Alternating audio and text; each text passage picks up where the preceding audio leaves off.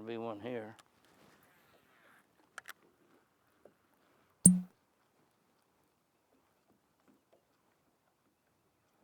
Yep.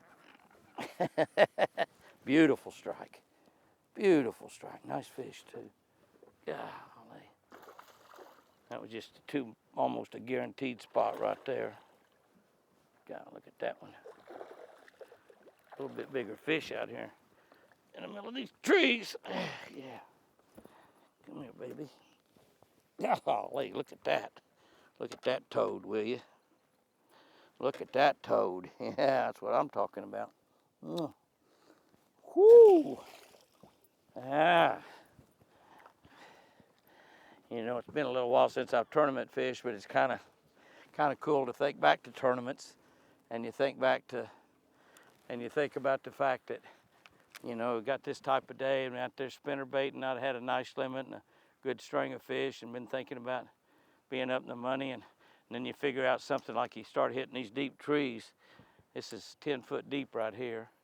Hitting these deep trees and catching a lot bigger fish out of it, and then all of a sudden you start bringing that stringer up and up and up, and then you start thinking about not only getting a good check in the tournament, but getting up in the high rent district. Golly.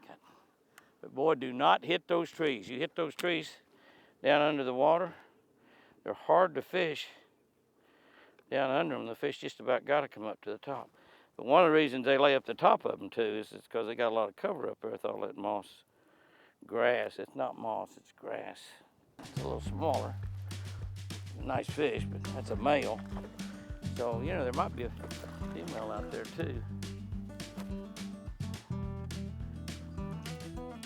Oh, it's a pretty nice fish for a male. You've got a girlfriend with you, she's ought to be pretty big. A nice 2.5 pounder, 2 3/4 pounder right there. Come here, baby.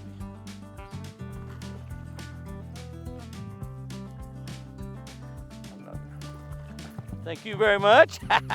That's a perfect cast right there. Perfect catch. You get all the play out of him, and he unhooks himself right at the boat. On a real pretty jump, I might add. And then you throw right back out there again and catch another one.